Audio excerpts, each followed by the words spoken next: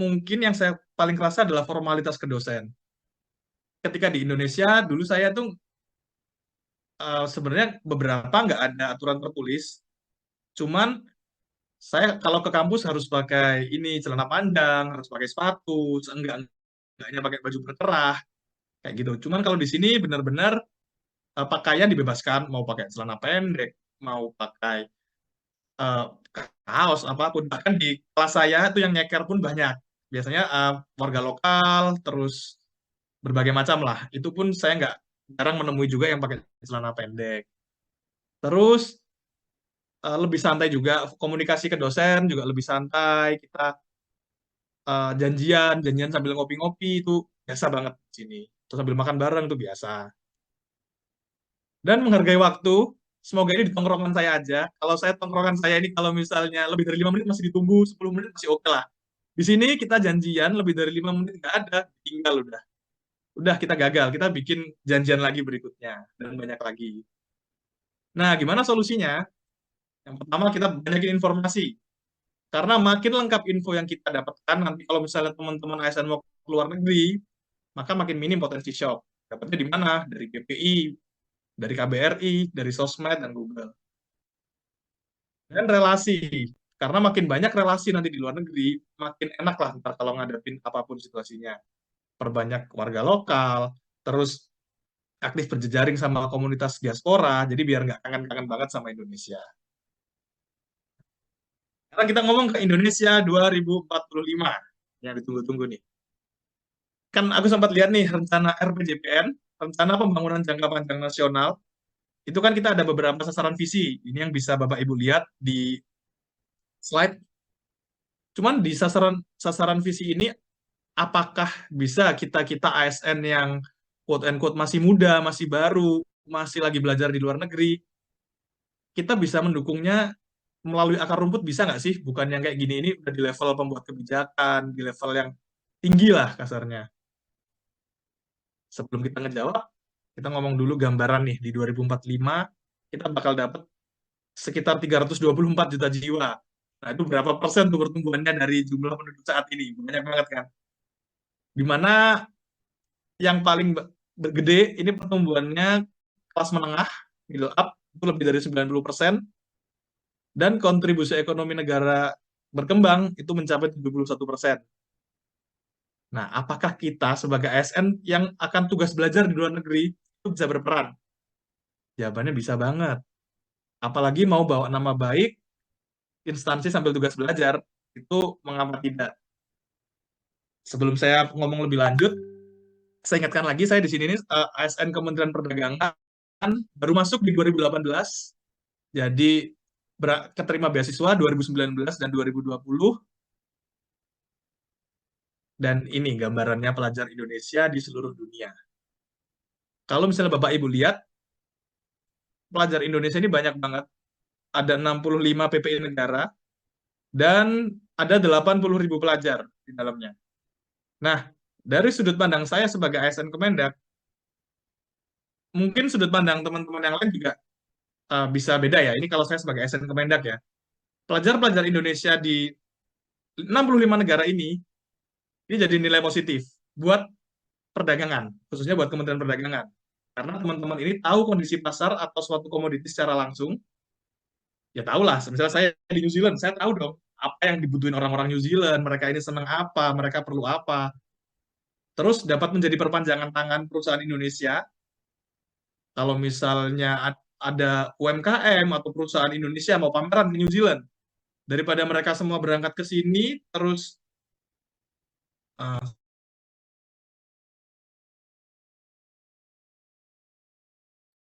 oh sorry sorry sorry sorry tadi saya tadi ini on mic. Yang kedua dapat menjadi perpanjangan tangan perusahaan Indonesia di negara domisili studi, dan yang ketiga mengetahui kebutuhan maupun potensi produk yang dapat diekspor ke negara tempat studi. Nah, lanjut. Nah, apa yang bisa dilakukan? Hal sekecil apapun. Kalau aku, ini yang saya lakukan selama 1 tahun terakhir, karena saya di Kementerian Perdagangan, pasti kaitannya kalau di luar negeri sama ekspor impor ya. Jadi di BPI Dunia, saya bikin kolaborasi sama Sekolah Ekspor PPI Dunia, kenalin fundamental ekspor ke pelajar-pelajar di seluruh dunia. Jadi yang ikut tuh lebih dari 1.000 waktu itu.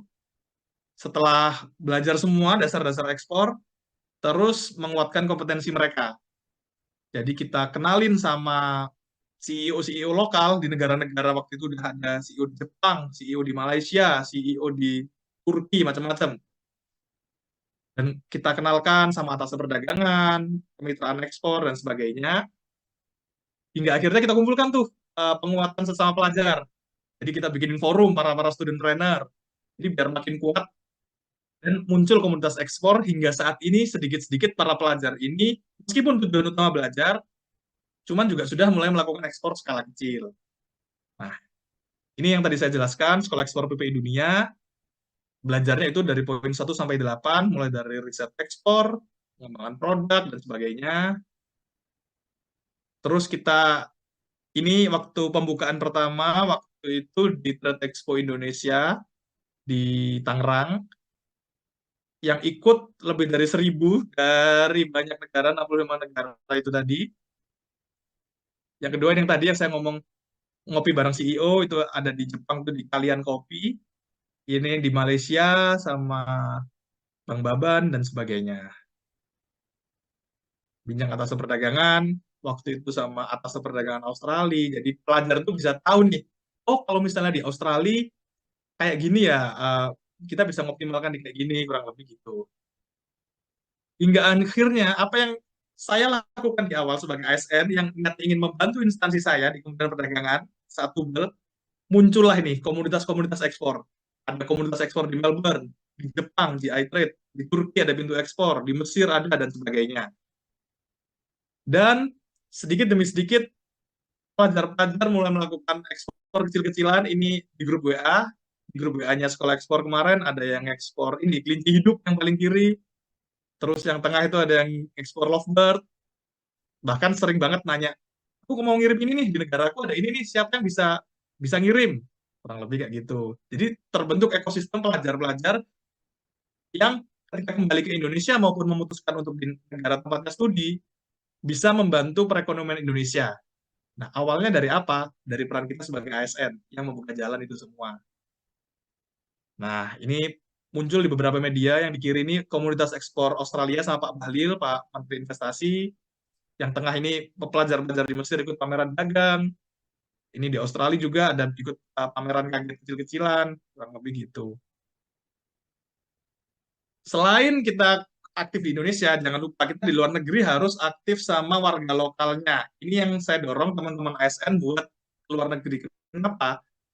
Karena jaringan nanti di luar negeri itu bisa diaplikasikan di Indonesia. Misal kita belajar gimana sistem pemerintahannya, gimana sistem, kalau saya di agribisnisnya, kurang lebih kayak gitu. Ini foto saya ketika terpilih jadi salah satu delegasi New Zealand di salah satu kompetisi tingkat internasional. Jadi ngewakili New Zealand dari kampus, itu sebelah kurang lebih kanan kiri saya itu ada teman-teman dari warga lokal sini, sama ada Filipina, ada Vietnam juga tuh satu.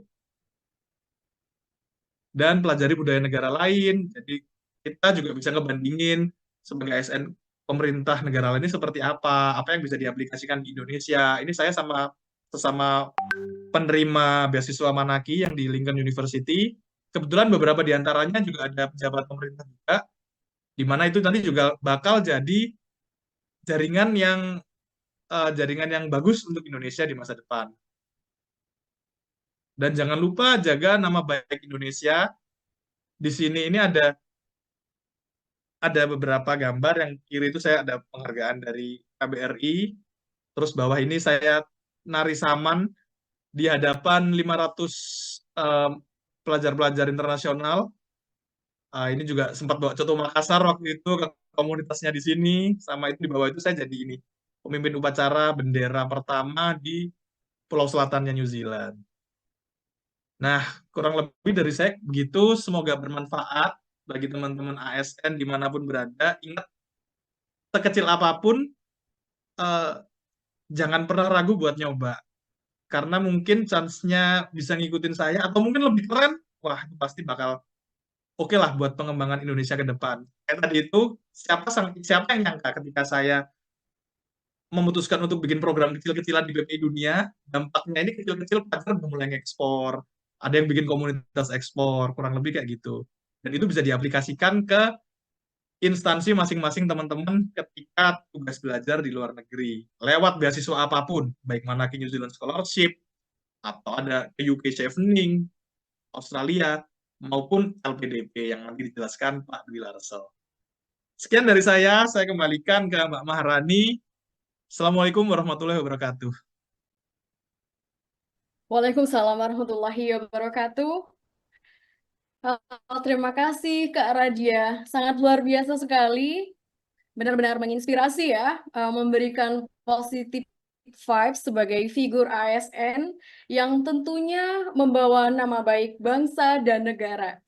Tidak hanya studi, tetapi juga bisa semakin memaksimalkan potensi diri di luar sana. Luar biasa sekali. Sudah semakin banyak nih yang mau bertanya. Bapak Ibu, mohon izin perkenan untuk di hold dulu hingga sesi tanya jawab dibuka.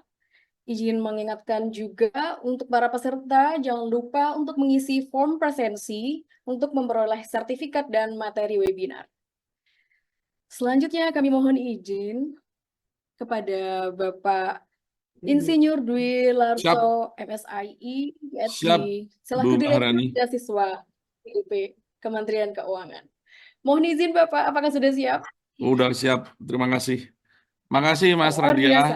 Bismillahirrahmanirrahim. Assalamualaikum warahmatullahi wabarakatuh. Shalom, Om Swastiastu, Namo Buddhaya, salam kebajikan. Rekan-rekan anggota Korpri dimanapun Anda berada, termasuk Mas Radia ini, anggota Korpri cabang Lincoln ya. Siap. Ya, saya sambil share screen. Ini saya senang sekali ketemu Radia di sini. Saya tuh waktu itu bingung loh, kok di pojok New Zealand ya, kok ada juga orang Indonesia yang sekolah dan banyak gitu kan. Dari sisi satu emis, yang sisi kedua adalah bangga gitu kan. Bahwa bangsa ini ada di mana-mana, di sekolah-sekolah terbaik selalu ada kira-kira orang Indonesia yang studi di sana kan. Ini kan kekuatan ini dahsyat nih, 5 tahun, 10 tahun. Ini di samping saya juga ada profesor lulusan dari MASE ini, dari New Zealand. Ini sahabat saya pamer dulu nih. Ini tokoh Korpri juga nih. Bang Togar Simatupang nih, Profesor Togar Simatupang. Ya, sedang mengisi PK. Jadi ini Radia ini di Lincoln. Lincoln di South Island ya, South Island. Ya, kalau MASE itu North Island lah, yang dekat-dekat Wellington kan. Kita ngirim banyak orang dulu ke New Zealand. Sebagai pengantar ya Mbak Marani, teman-teman semua, ini kebetulan ada Radia nih. Bagi yang ingin sekolah di New Zealand secara umum, khususnya di Lincoln, aku masih punya kaos Lincoln yang biru itu loh Radia. Ya dari kamu dan teman-teman itu, saya selalu bangga itu karena keren sekali kaosnya. Ya Pak, makasih. Ya, mumpung ketemu Radia, langsung kontak Radia minta LOE. Ya, tolong bantu Mas Radia, saya berminat untuk sekolah di New Zealand, apalagi di Lincoln, gitu kan. Langsung minta gimana cara segera dapat LOE. Ya, karena dengan LOE, maka Anda kalau melamar di LPDP, Anda melewati satu tahap. Tidak mesti ujian semacam TPA atau tes bakat skolastik. Jadi administrasi, kemudian langsung wawancara. Dan LOE dari New Zealand, itu sekarang sangat laku. Saya sampaikan ke Mas Radia, negara-negara yang non-English speaking, itu kita ingin lebih banyak lagi Mas Radia. Ya, New Zealand walaupun English speaking, tapi awardee kita belum banyak. Ya, awardee LPDP belum banyak di sana. Jadi kita akan dorong, itu termasuk negara-negara Spanyol, negara-negara Italia, bukan untuk nonton Euro atau sepak bola di sana ya. Sekolah-sekolah keren banyak di sana. Ada Jerman, ada Perancis, ada Korea, ada Cina, ada Jepang. Itu negara-negara yang sekarang kita dorong agar awardee kita mendaftar ke sana. Nah, kebetulan New Zealand ini memang salah satu prioritas kita, tujuan kita. Mumpung ketemu Mas Radia, langsung minta nomornya, tembak gimana saya dapat LOE dari Lincoln atau dari New Zealand. Untasnya keren-keren ya, tidak banyak ya, mungkin kurang dari 10 begitu. yang dalam kelompok itu, dan itu universitas keren yang kita bisa danai. Itu pengantar yang sangat penting. Karena apa? Karena beasiswa LPDP sedang buka ini sampai tanggal 18 Juli pendaftarannya. Jadi kalau sempat Anda mendapatkan LOE dari Mas Radia dan profesornya di sana, tepat, itu langsung bisa dipakai untuk daftar. Ya, kalau nggak sempat, nggak apa-apa, daftar yang non LOE, tapi proses LOE-nya diurus terus, karena ada timeline-nya juga. Ya, kapan harus mengurus. Itu bisa kontak Mas Radia. Kalau sudah ketemu orang seperti Mas Radia, itu pasti sangat dipercaya oleh profesor di sana. Ya, lebih dipercaya dibandingkan rekomendasi dari saya gitu. Ya, atau dari Prof. Togar. Ya, Prof. Togar kalau di MASE, dia sangat dipercaya. Kalau ada yang ingin ke MASE juga bisa, nanti saya kontakkan dengan Prof. Togar ya, bisa kontak saya. Ini pengantar. Saya coba mulai dengan share screen. Share screen untuk PowerPoint.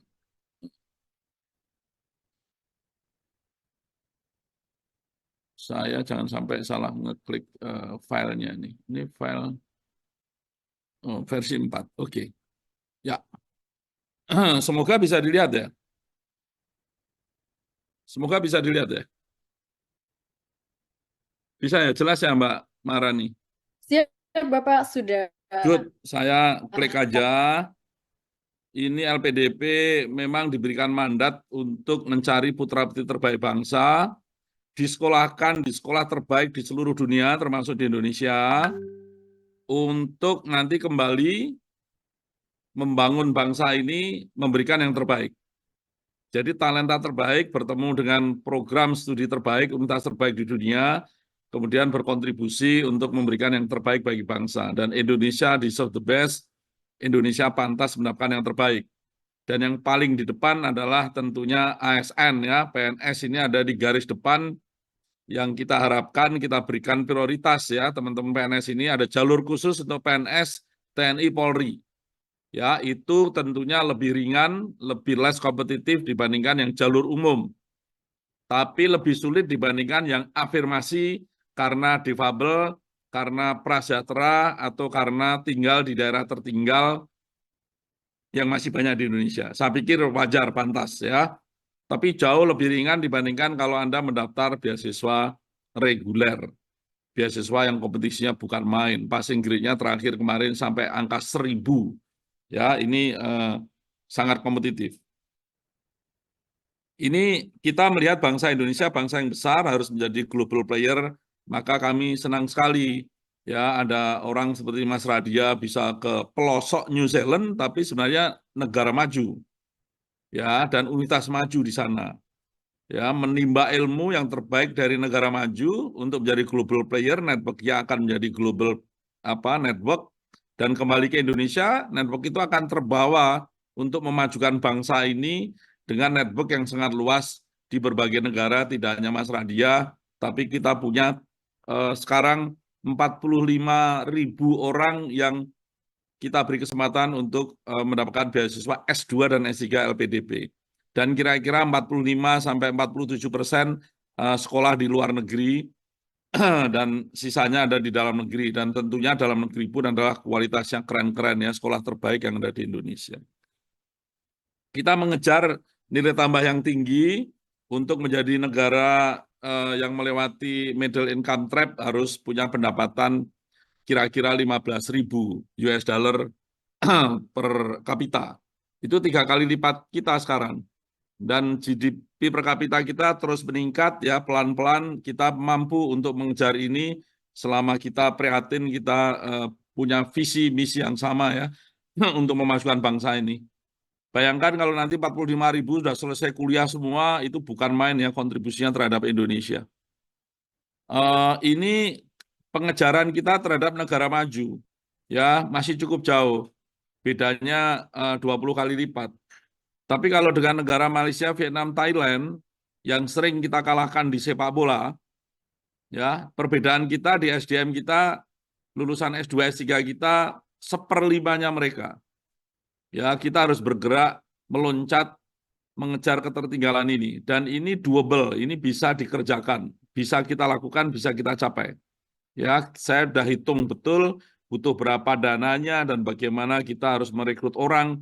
Sekarang ini dana kita hanya cukup untuk 10.000 sampai 13.000 master dan dokter per tahun. Itu peningkatan 4 kali lipat dibandingkan sebelum pandemi. Ya, kita bahasanya gaspol remblong untuk mengejar ketertinggalan. Ini dananya ya. Kalau mengejar Malaysia, Vietnam, Thailand kira-kira 300-400 triliun. Mengejar negara maju seperti Singapura dan lain-lain, New Zealand, Australia, kita butuh dana kira-kira 981 triliun by 2045.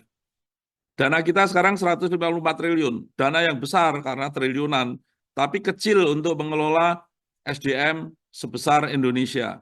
Hanya mampu untuk mengisi 10.000, padahal pendaftar kita tahun ini akan mencapai 40.000, tahun lalu 33.000. Hanya seperempat yang bisa kita biayai.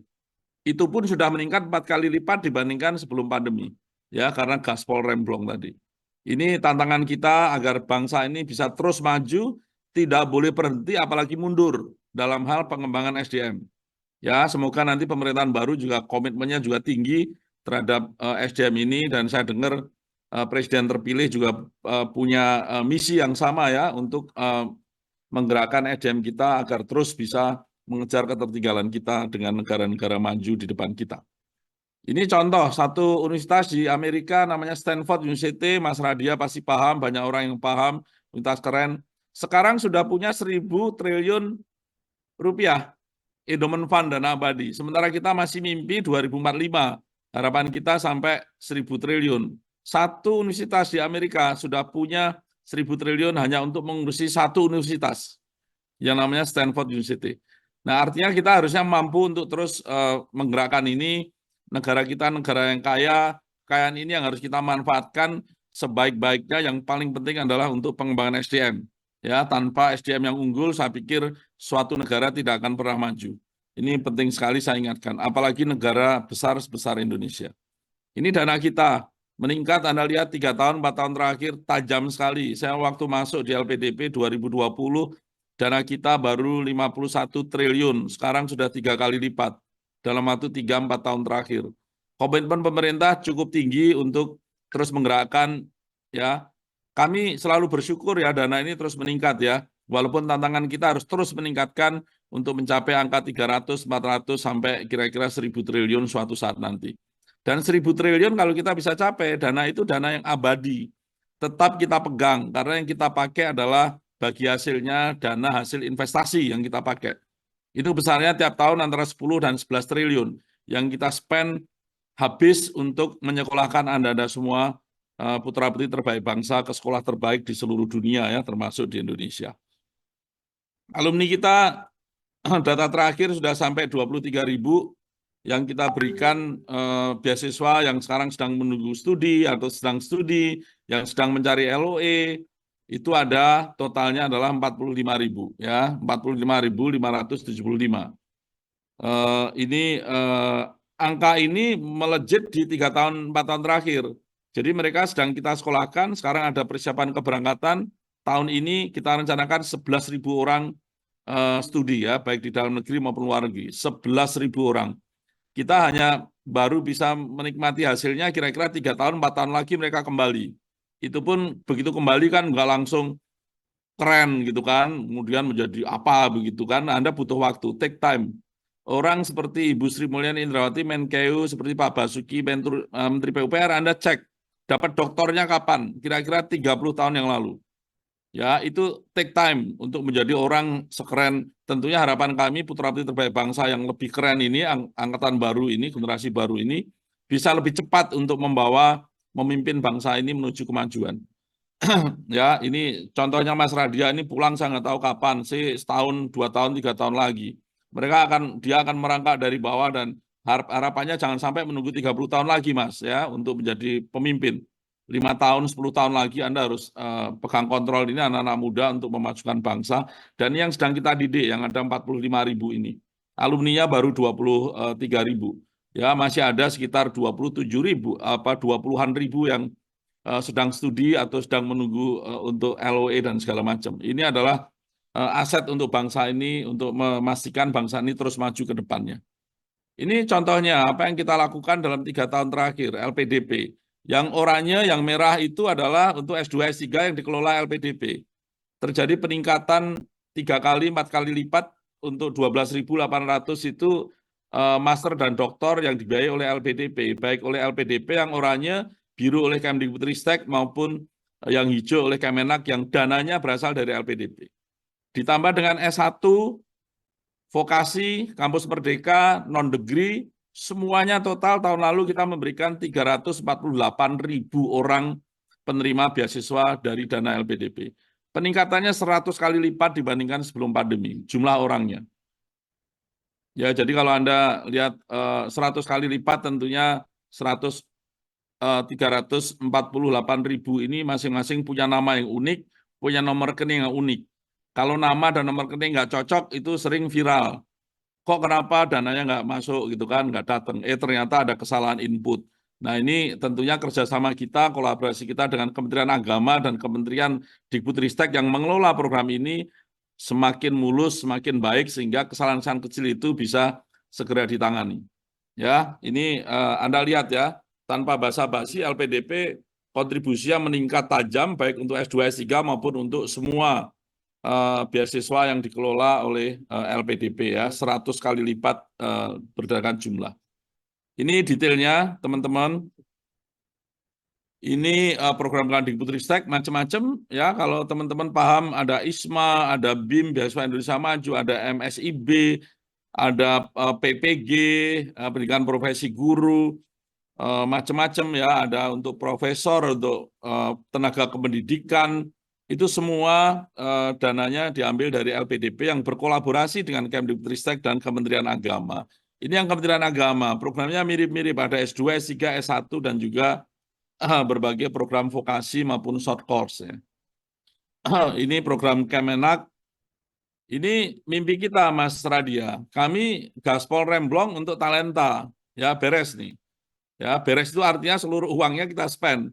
Kalau uangnya tambah ya kita akan tambah jumlahnya, kan kira-kira begitu. Kami mencari jalan juga untuk kolaborasi, co-funding. Jadi Indonesia bayar 1, itu bisa dapat 3 slot gitu. Kerjasama dengan Cina, dengan Perancis, dengan Belanda, dengan New Zealand, dengan Australia, UNSW, dengan Singapura, dengan Jepang, dengan Korea, kita bayar 1 dapat 2. Jadi kita terus menggandakan orang-orang agar makin banyak yang bisa kita sekolahkan dengan dana kita yang terbatas tadi. Ini terus kita gerakkan, harapannya dengan Wellington juga akan terjadi kerjasama, Mas Radia. Kita tunggu aja dari Lincoln ya, dari Mas Radia nanti tekan kontrak sama kita ya. Anda mau dapat ngasih beasiswa 1 apa 2 orang di Lincoln, kita akan kemas itu ya. Kita support LPDP.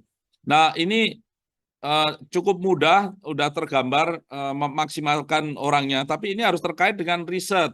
Ya Mas Radia melakukan riset, dan kalau terhubung dengan industri itu hasilnya adalah nilai tambah. Nilai tambah ini yang diukur sebagai lambang kemakmuran bangsa. Ini yang harus terus diikat. Kegiatan pengembangan talenta dengan kegiatan riset dan industri ini harus nyambung. Ya, ini menjadi ideal kalau itu terjadi dari Merauke sampai Sabang, dari Rote sampai Miangas. Sehingga bangsa ini maju bersama, lokomotifnya banyak, tidak hanya dari Jawa. Ada lokomotif di Papua, di Maluku, di NTT, di Aceh, di Kalimantan, di Sulawesi gitu. Sehingga gerakan kita sebagai suatu bangsa cepat sekali. Seperti Shinkansen, lokomotifnya ada di mana-mana, tidak hanya ada di satu tempat yang biasanya kalau kereta api di depan aja, gerbongnya panjang di belakang. Itu berat, jalannya pelan. Ini kira-kira mimpi kita, roadmap-nya sudah kita buat.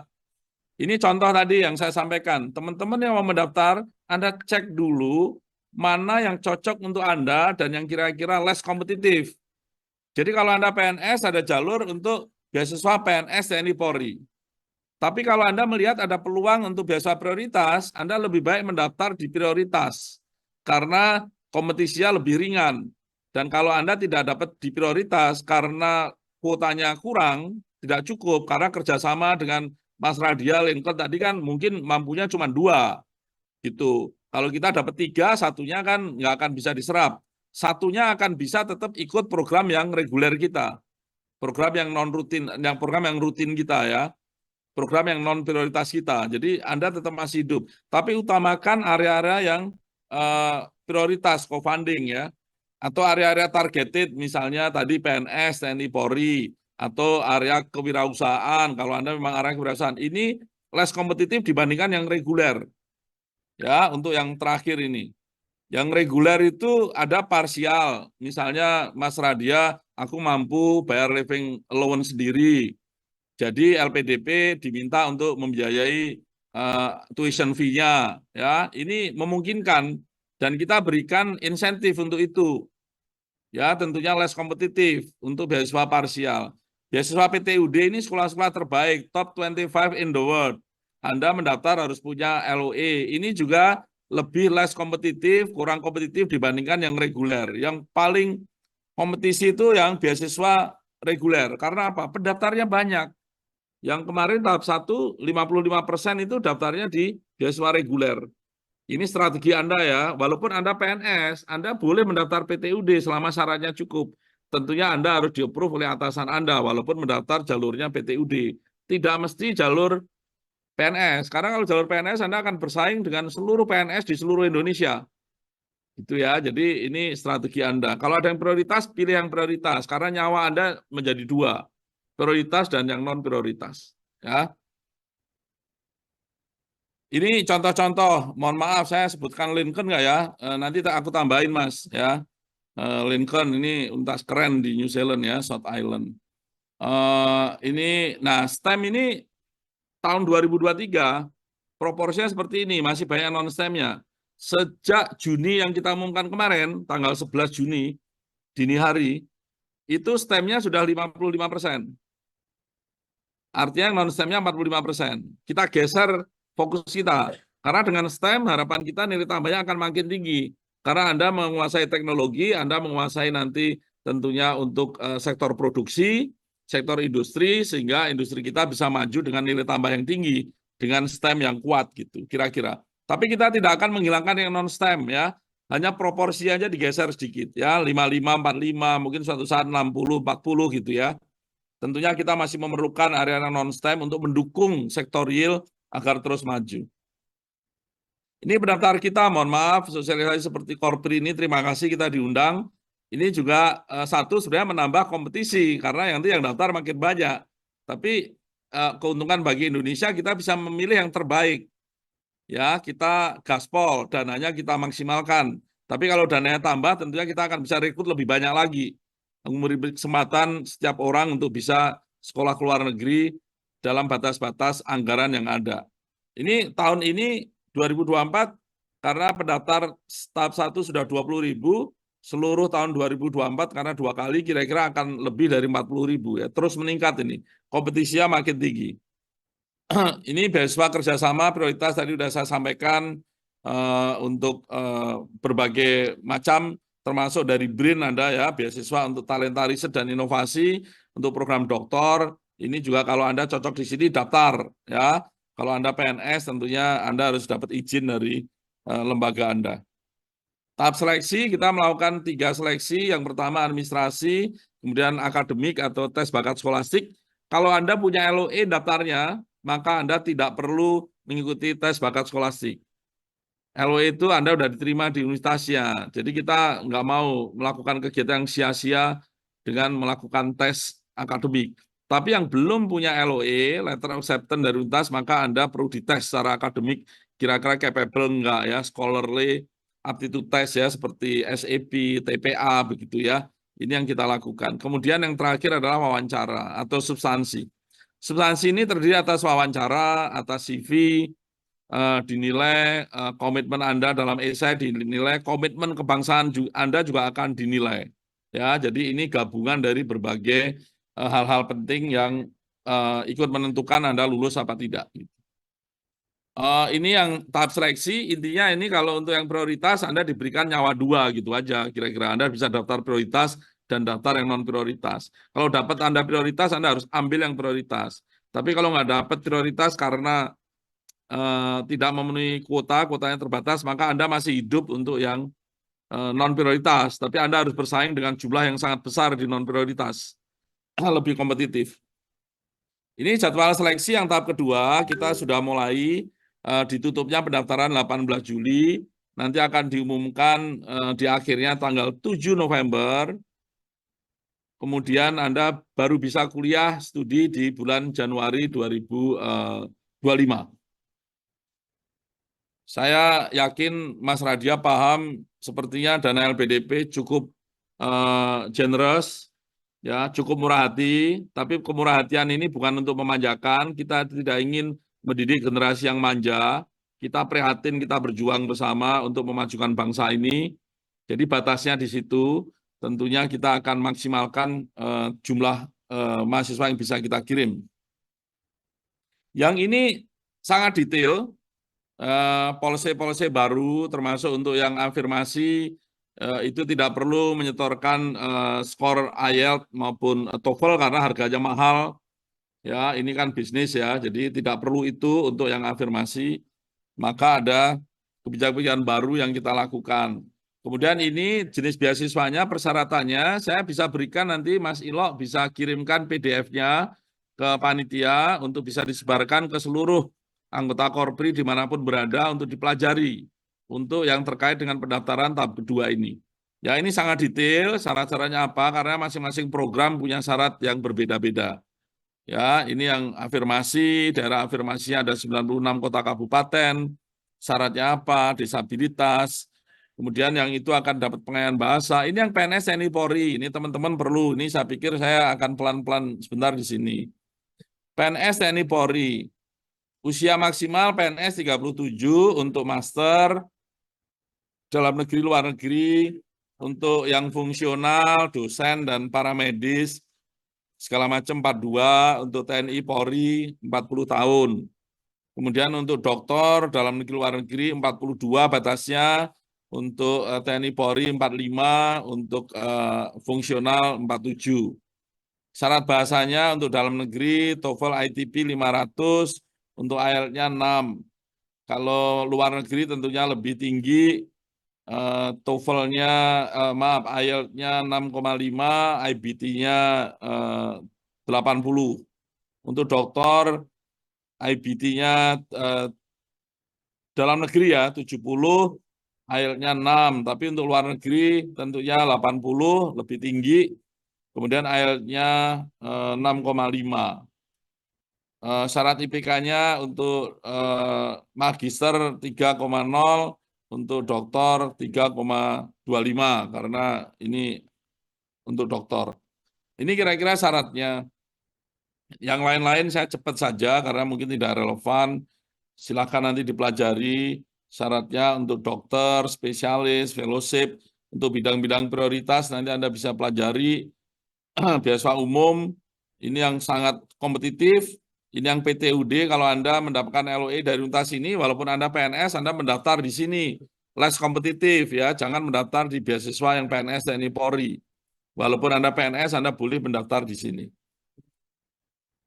Ini yang prioritas parsial, tadi saya sampaikan kalau Anda mampunya itu setengah gitu ya. Anda minta bantuan tuition, tapi living loan-nya Anda bayar sendiri. Biasanya seperti itu, karena tuition biasanya mahal. Ini yang prioritas, syaratnya macam-macam, Anda pelajari. Terakhir tentunya terima kasih. Kalau ada tanya jawab, ada Mas Radia dan saya siap untuk. Ada Mas Ilok juga secara teknis yang membantu kami, tim dari LPDP untuk pertanyaan yang sifatnya sangat teknis karena dia sangat apal sejak LPDP berdiri sudah bergabung, kira-kira gitu. Terima kasih. Assalamualaikum warahmatullahi wabarakatuh. Saya stop share screen. Baik, terima kasih Bapak. Sangat luar biasa sekali informasi dan strategi yang sangat komprehensif ya, Pak. Dan tentunya akan semakin menggugah semangat para peserta di sini untuk melanjutkan studi di luar negeri melalui beasiswa. Jadi Bapak Ibu, silakan ya para ASN yang berminat untuk melanjutkan studi di luar negeri, telah dibuka banyak kesempatan beasiswa. Pemerintah juga mengharapkan ASN masa depan yang diharapkan tidak hanya menjadi pelaksana kebijakan, tetapi juga inovator dan pemimpin yang mampu menggerakkan perubahan positif bagi kemajuan bangsa. Selanjutnya kita memasuki sesi yang paling ditunggu-tunggu para peserta. Kita buka sesi tanya jawab. kami berikan kesempatan kepada 3 peserta untuk mengajukan pertanyaan seputar materi yang telah dipaparkan oleh kedua narasumber pagi ini. Mohon perkenan untuk menyebutkan nama dan asal instansi. Kami silakan kepada yang ingin bertanya.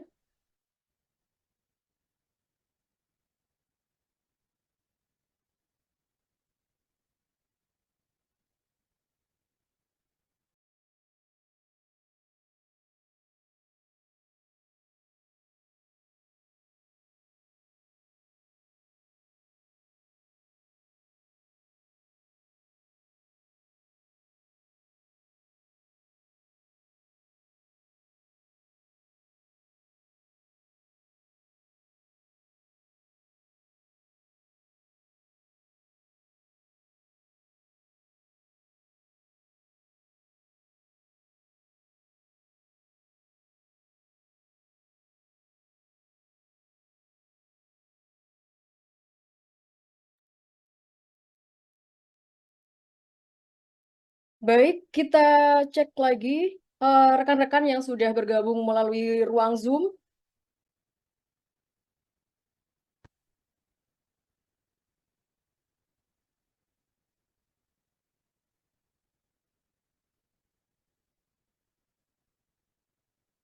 Silahkan yang sudah raise hand. Paling atas ini ada Bapak Binomika Chandra. Silahkan Bapak, mohon izin.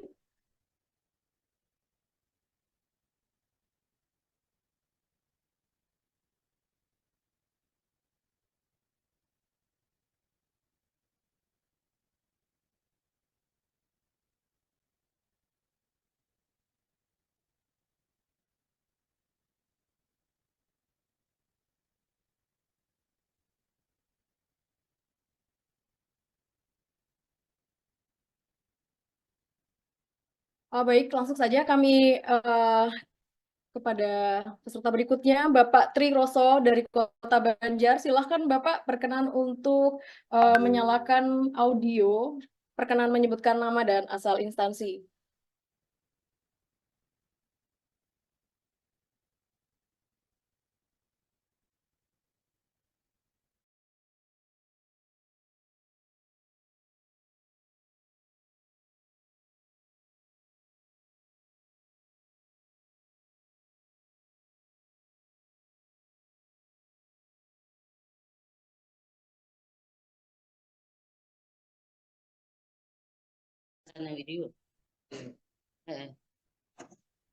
Ya, silakan Ibu Julia Hasna, perkenan memperkenalkan diri Ibu, nama dan asal instansi.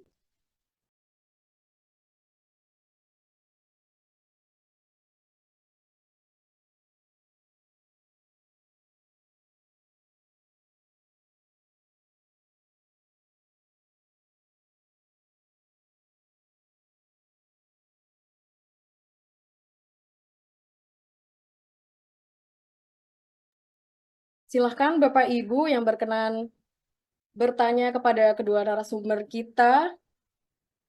Kesempatan ini mungkin menjadi... Oh, dosen itu di bawah saya banyak. Iya, silakan Ibu Yeni Ardianti.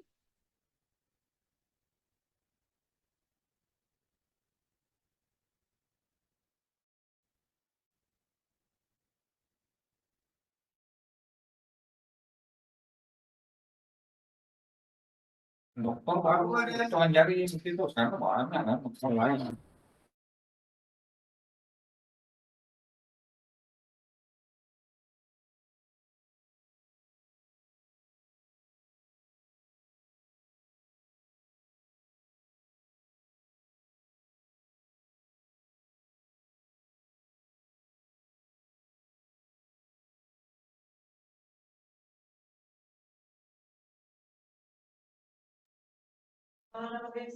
Nah, jadi kan kalau Halo, halo.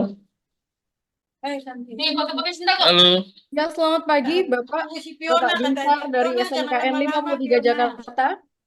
Ya, saya mau tanya, Ya. Bu. Saya kan guru di SMKN, tapi saya bukan ASN, saya guru KKI. Tadi saya lihat ada batasan-batasan umur. Kalau untuk guru yang bukan ASN, bagaimana tuh Bu dan batasnya? Dan saya usianya 45 tahun. Selamat pagi, Bisa dijawab Bu? Ya, baik Bapak, mohon izin.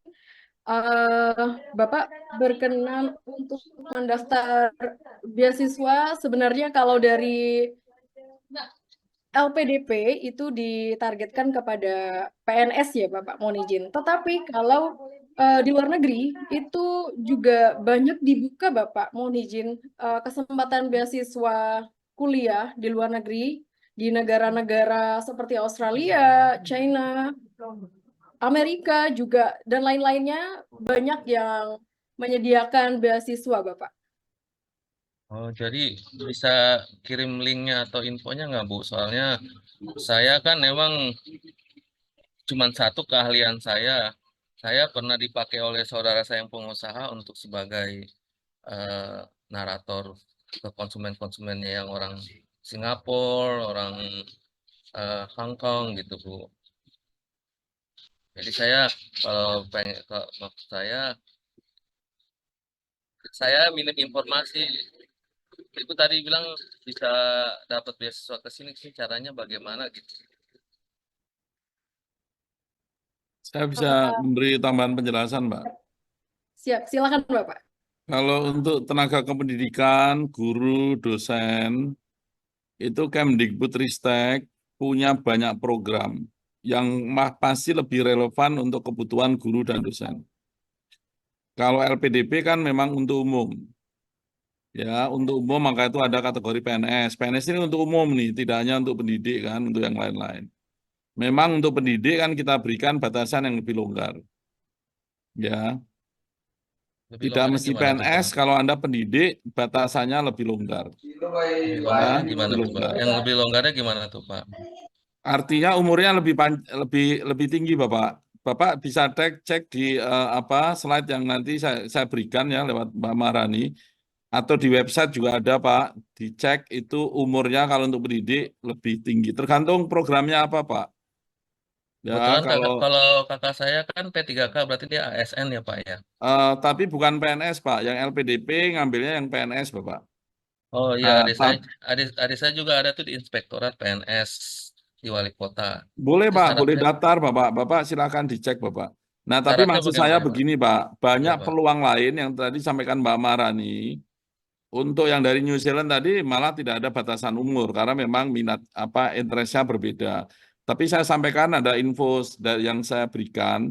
Kemdikbudristek itu kan yang paling getol, paling bertanggung jawab untuk pengembangan SDM di bidang pendidikan, Pak. Tendik maupun guru dan dosen. Jadi Bapak cek di websitenya Kemdikbudristek, ada yang dibiayai oleh LPDP, ada yang dibiayai oleh Rupiah Murni atau APBN. Dan itu cukup banyak Pak beasiswanya. Silakan Bapak cek lewat Kemdikbudristek Bapak, baik di websitenya maupun di kantor-kantor Kemdikbudristek. Itu juga ada di websitenya. Itu Iya tambahan info dari saya Pak. Makasih Pak. iya, soalnya saya nggak satu lagi Pak. Soalnya kan di sekolah saya kan ada Panasonic. Nah, Panasonic membuka kesempatan buat guru, apalagi terutama guru bahasa Inggris untuk magang. Nah, makanya saya ingin mencari yang realnya bagaimana sih biar supaya bisa dapat beasiswa itu. Nah, tadi kan Ibu sama Bapak akan memberikan link, akan saya tunggu ya Pak ya. Terima kasih banyak Bapak Ibu. Ya, itu menyesal.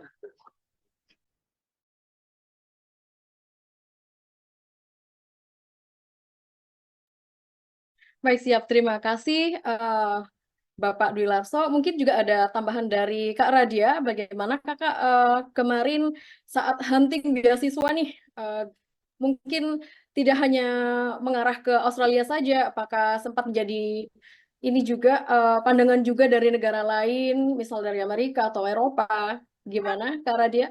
Selamat siang Ibu. Ya, mungkin mau menambahkan aja dari tadi Pak Dwi Larso. Benar, kalau misalnya hambatannya itu di usia, jangan hanya fokus di tadi LPDP. Coba mungkin cari-cari di internet, itu beasiswa banyak banget tadi Pak, siapa tadi Pak Binsar. Karena saya sendiri itu saya nggak dapat link dari apa-apa, saya murni nyari di internet. Saya murni nyari di internet, nyari sendiri di Google beasiswa kemana, beasiswa jurusan pertanian. Saya dapat semuanya lengkap di internet, itu ada beasiswa kayak saya di New Zealand itu nggak dibatasi usia, mau di atas 40 pun nggak masalah. Meskipun tadi diutamakan di bawah 40. Ada beasiswa-beasiswa lain juga kayak AAS, terus kayak ke Hungaria gitu sih. Jadi intinya beasiswa itu banyak sih Pak Binsar, tinggal kita iseng-iseng nyari-nyari di Google gitu, nyari-nyari di internet. Jadi insya Allah jalur beasiswa nggak hanya LPDP, nggak hanya Manaki kayak saya, nggak hanya beasiswa yang lain. Coba aja tetap cari. Balik ke Mbak Maharani. Ya, sebelumnya kita sambut juga yang terhormat sudah bergabung bersama kita, Bapak Profesor Zudan Arif Fakrullah SH MH selaku Ketua Umum Dewan Pengurus Korpri Nasional, Sekretaris Utama Badan Pengelola Perbatasan dan juga saat ini diamanahkan sebagai PJ Gubernur Provinsi Sulawesi Selatan. Selamat pagi, Bapak.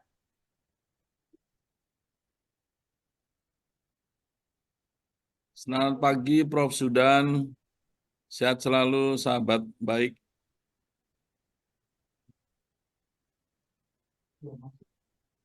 Baik, menuju ke peserta berikutnya yang akan bertanya. Izin Bapak Tadi Ibu. sudah ada Kak, Ibu MC, izin, Julia Hasna. izin Kak, izin, Ya, baik, siap. izin Gimana? saya stafnya Prof. Zudan. Permohonan maaf sebelumnya Kak, Prof. Zudan masih ada acara, nanti langsung bergabung setelah acara Kak. Oh, baik, siap. Ya, selanjutnya mungkin kami persilakan kepada Ibu Julia Hasna.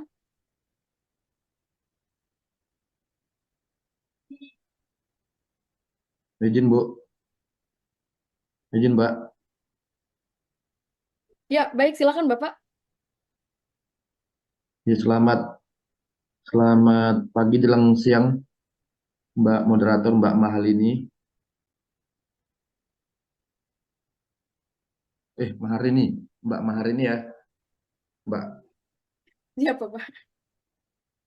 Ya, izin perkenalkan sebelumnya nama saya Philip Siregar dari Kominfo Kabupaten Batubara, Sumatera Utara, Mbak. Silakan Bapak. Ya, jadi sebenarnya saya baru join ini Mbak, baru gabung. Nah, namun sepintas tadi mengikuti dari YouTube live streaming gitu. Nah, baik Mbak, ini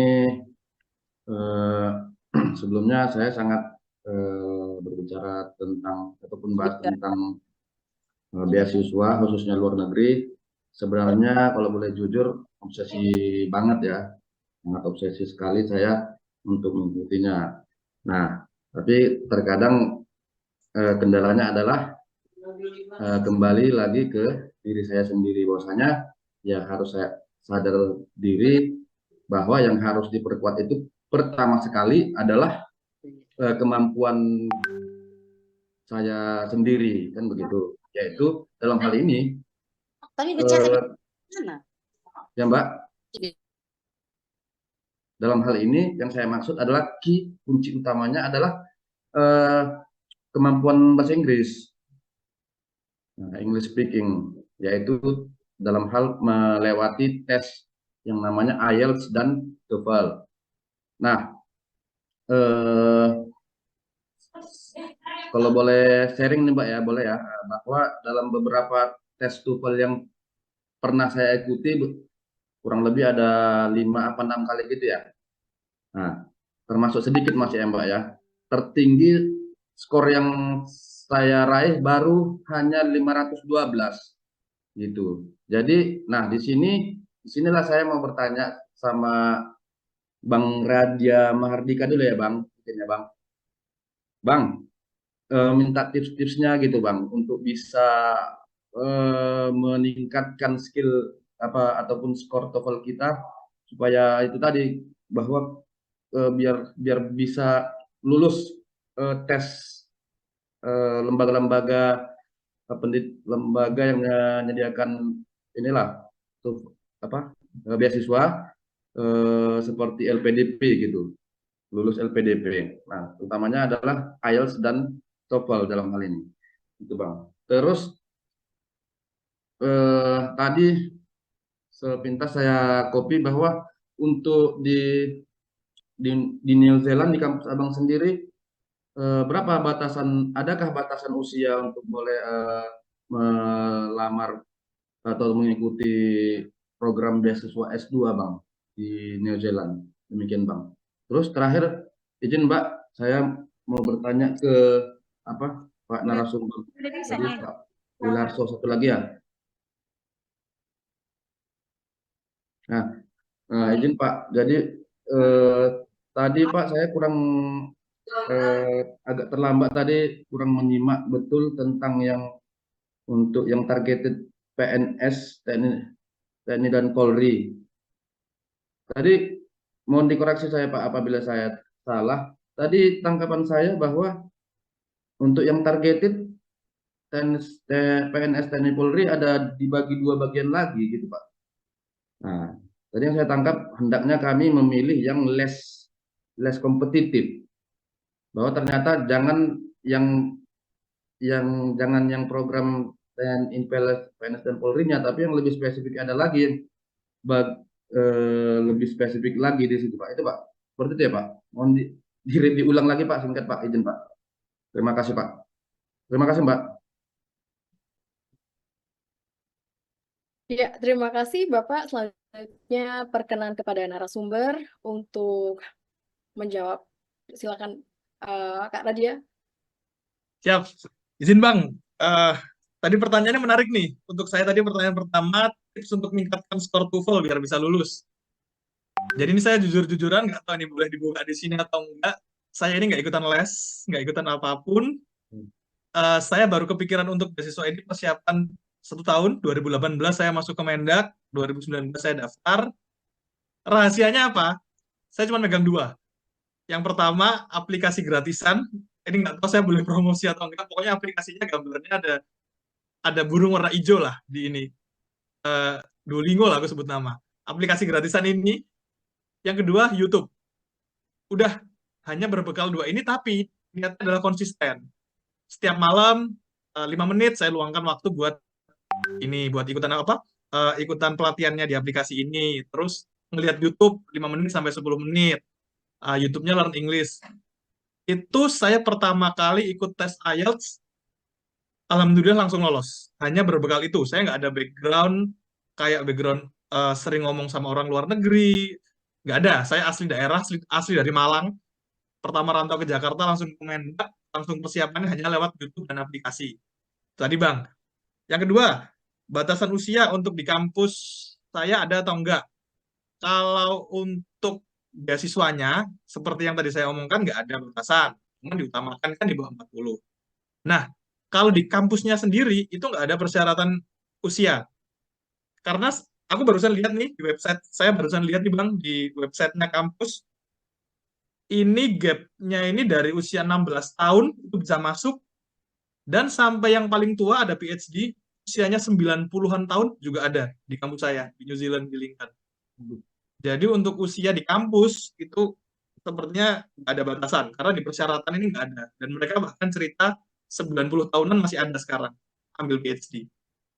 Mungkin gitu dari saya, Bang. Kembalikan ke Mbak Maharani. Semoga membantu. Ya, perkenalan mungkin ada tambahan dari Bapak Dwi Larso. Silakan Bapak. Saya coba buka slide lagi biar jelas ya. Siap Bapak, sudah tayang. Sudah ya, ini yang saya ingin sampaikan yang karena ini berlaku untuk semua, tidak hanya PNS. Maksud saya, Anda harus pintar memilih beasiswa yang mana yang less kompetitif. Tentunya kan kita pengen less kompetitif ya supaya persaingannya nggak tinggi. Tapi yang tentunya memenuhi syarat teman-teman semua. Jadi saya di halaman awal sih, sebentar nah ini cukup jelas ya. Maaf, ini jadi keklik ya. Nah, ini kelihatan jelas ya. Jadi Anda lihat ada banyak jenis beasiswa. Garis besarnya ada 4 ya. Afirmasi, targeted, prioritas, dan umum. Ya, umum. Ini semua bisa dimasukin siapa saja yang memenuhi syarat.